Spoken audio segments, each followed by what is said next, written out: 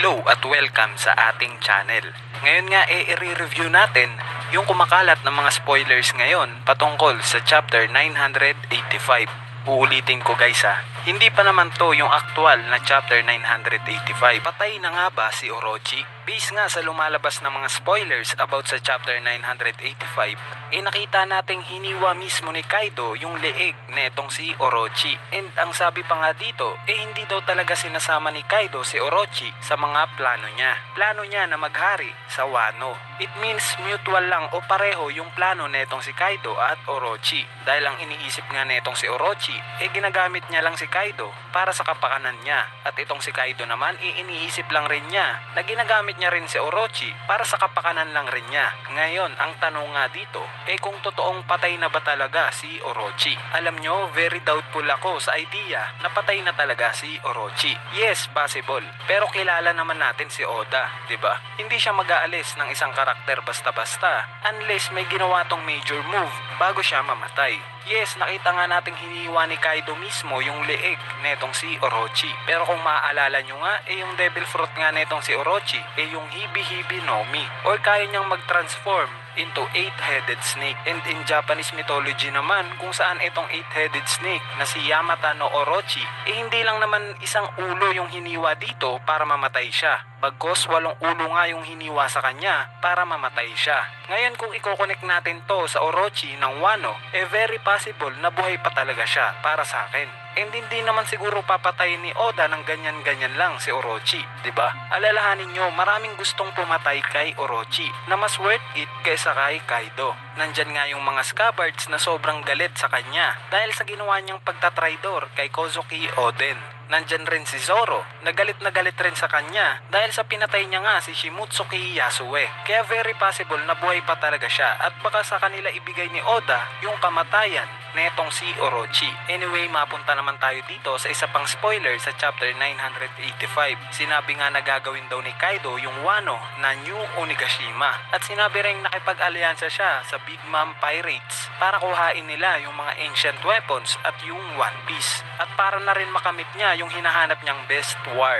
Meaning itong best war na hinahanap ni Kaido, ang tingin kong dito siya mag-all in. Anong meaning ko dito sa pag-all in? Meaning nun mabuhay man siya o mamatay, it doesn't matter para sa kanya. Basta ang importante sa kanya yung ma-experience niya yung greatest war na hinahanap niya. Tingin ko sa mga lumipas na panahon, bali yung time ni Roger to be exact, yun yung hinahanap-hanap ni Kaido. Feeling ko sobrang na-inspire siya nung time na buhay pa tong si Goldie Roger. Maybe pina-experience sa kanya ni Roger na wow, ang lakas naman nito. Hindi lang pala ako yung pinakamalakas sa mundo na to. Yung mga ganyang feeling. Kaya ngayon, kaalyansa niya na yung Big Mom Pirates, probably, ito na yung hinihintay niyang oras. Kumbaga, i-a-announce niya sa buong mundo na kung sino yung pinakamalalakas, subukan siya or maybe patayin siya. At pwedeng ito na yung inaasam-asam niya na kamatayan. Pero sa best way niya gustong makamtan. Kasi imagine guys ilang beses na siyang nagpapakamatay pero hindi siya mamatay-matay. Ilang beses na rin siyang hinuhuli ng mga marines at in-execute pero hindi pa rin siya namamatay. So probably pag may nakatapat siyang kasing lakas niya na kayang tumibag sa kanya at maipabalik sa kanya yung feeling noon nung time na nakaharap niya si Roger sa labanan, doon pa lang siya masasatisfy sa hinahanap niyang kamatayan.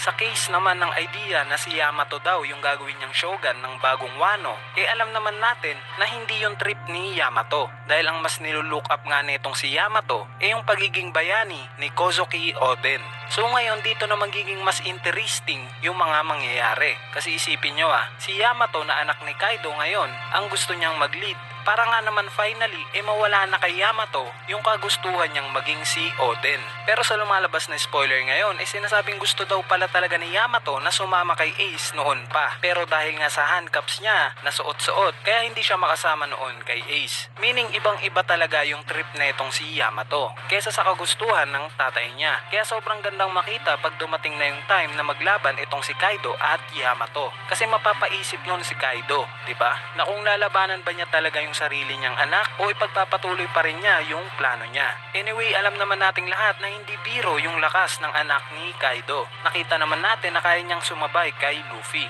And binigyan niya rin ng one shot si Ulti na miyembro ng Flying Six Headliners. Alam ko hindi ina-expect ni Ulti yung atake ni Yamato. Pero yung kakayanan niya na mapatumba itong si Ulti sa isang shot lang, malaking bagay na yon, di ba? Kumbaga statement na yan na malakas rin talaga tong si Yamato. Anyway, may iba pa nga akong nakitang spoiler sa paparating na chapter 985 at ito nga yung panel na yon. Dito nga makikita nating hinarang ni Kanjuro yung team na itong sila Marco at Trafalgarlo. Bali sa tapatan na to, magandang warm up to para kila Neko Mamushi. Kasi alam naman natin na malapit na yung lokasyon netong sila Neko Mamushi sa platform kung nasaan itong mga Beast Pirates Commander ni Kaido at si Momonosuke. At napansin ko lang guys kung si Neko Mamushi nga parang may baril na yung kamay niya.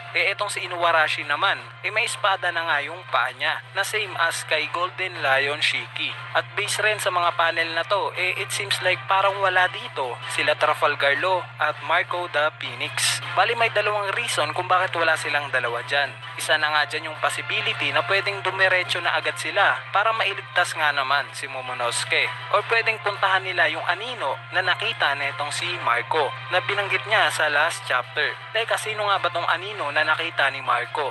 Bali base nga sa mga haka-haka, malamang si Perospero yung nakita niya o yung iba pang miyembro ng Big Mom Pirates. Anyway, ang hulingang information about sa spoilers na nakita ko, itong pagsulpot ni Big Mom sa platform kung nasaan si Kaido. At sinabi nga rin dito na yung lokasyon daw ni Nami malapit lang kung nasaan itong sila Big Mom. As you can see sa panel na to, kapansin-pansin nga na nandito na talaga si Big Mom sa platform kung nasaan si Kaido. Pero ang pinakakapansin-pansin nga dito si Zeus. Nakita nyo naman dito na malungkot itong si Zeus. Maybe may pinaplano tong sila Nami para mailigtas si Momonosuke. Pero as usual, alam naman natin na yung mga kasamahan ni Nami hindi gaanong matatapang. Kaya malamang sa malamang hindi sila dyan susugod ng biglaan. Pero hindi rin mawawala yung idea na baka nga mailigtas nga nila si Momonosuke dyan. Dahil nakita nga natin sa last chapter na nandyan rin pala itong sila Jinbei at Robin. So possible. So singit ko lang guys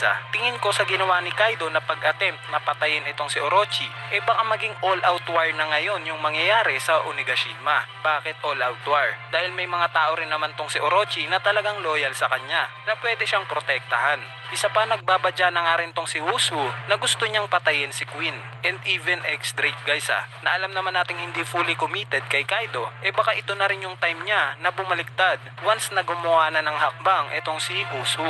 So pwede, diba? Bali kung may naiisip pa kayong ibang karakter na pwedeng bumaliktad kay Kaido, i-comment nyo na lang yan sa ating comment section sa ibaba. At kung sino yung may pinaka the best na comment, shoutout na lang natin sa next video para naman maging informative yung comment section natin. Sa part naman nila Luffy at Yamato, sinasabing nagpapatulong nga daw tong si Yamato kay Luffy para mapabagsak yung tatay niyang si Kaido, na obviously gagawin naman ni Luffy. Pero ang pinakamalaking tanong nga dyan, paano? Paano niya mapapabagsak si Kaido na ngayon mas lumakas pa dahil sa alyansa nila ni Big Mom? Paano niya matatalo si Kaido sa current status niya ngayon? Meron kayang baon si Luffy na ikagugulat natin?